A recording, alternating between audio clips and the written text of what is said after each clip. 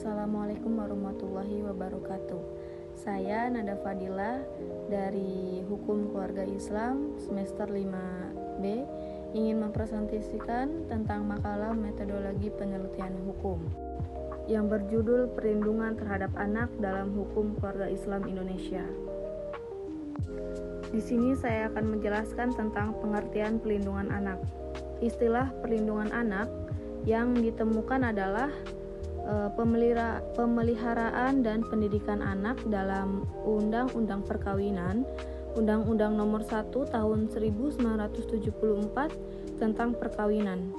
Dan istilah pemeliharaan anak dalam kompilasi hukum Islam sama dengan istilah hadanah dalam fikih.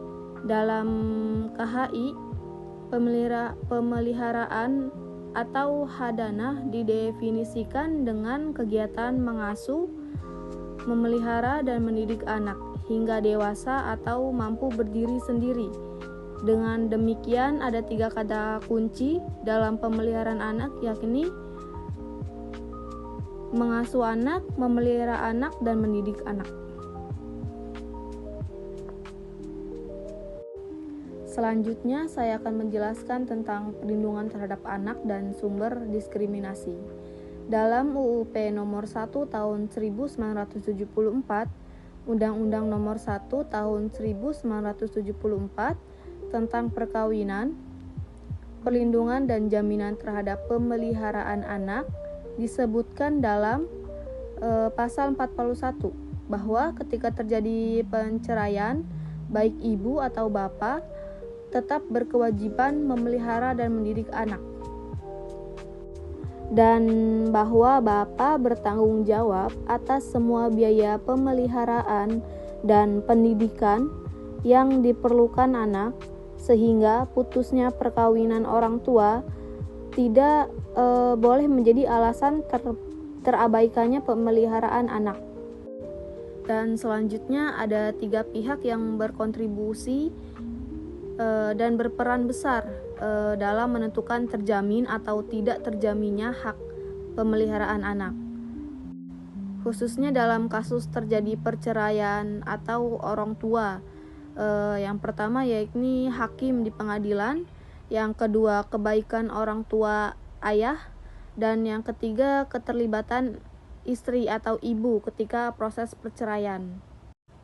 Selanjutnya solusi yang mungkin dilakukan adalah yang pertama upaya peningkatan kesadaran hakim, yang kedua sosialisasi peraturan perundang-undangan perkawinan kepada masyarakat, yang ketiga Mahkamah Agung RI membuat surat edaran agar hakim selalu menggunakan hak ex officio dalam menyelesaikan kasus perceraian. Dan yang keempat, membuat asuransi pendidikan anak. Yang kelima itu kursus pranikah dan atau kursus calon pengantin.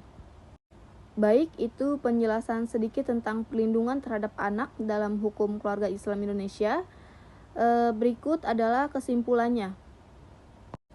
Kesimpulannya adalah ada 3 catatan penting sebagai kesimpulan dari bahasa tulisan ini yang mestinya ditindaklanjuti. Pertama, secara teoritis, anak mendapat pelindungan dan jaminan dalam peraturan perundang-undangan perkawinan Indonesia. Yang kedua, hak pemeliharaan anak mulai negatif ketika masalah dibawa ke pengadilan. Ada 3 pihak yang menjadi sebab semakin tidak jelasnya hak pemeliharaan anak, yakni hakim, ibu atau istri, dan bapak.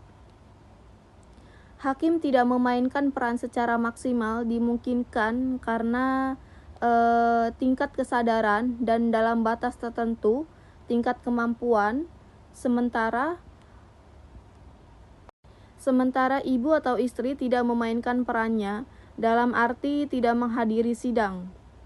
Proses cerai talak atau tidak memasukkan dalam gugatan pada cerai gugat dimungkinkan karena kurang pemahaman terhadap perundang-undangan.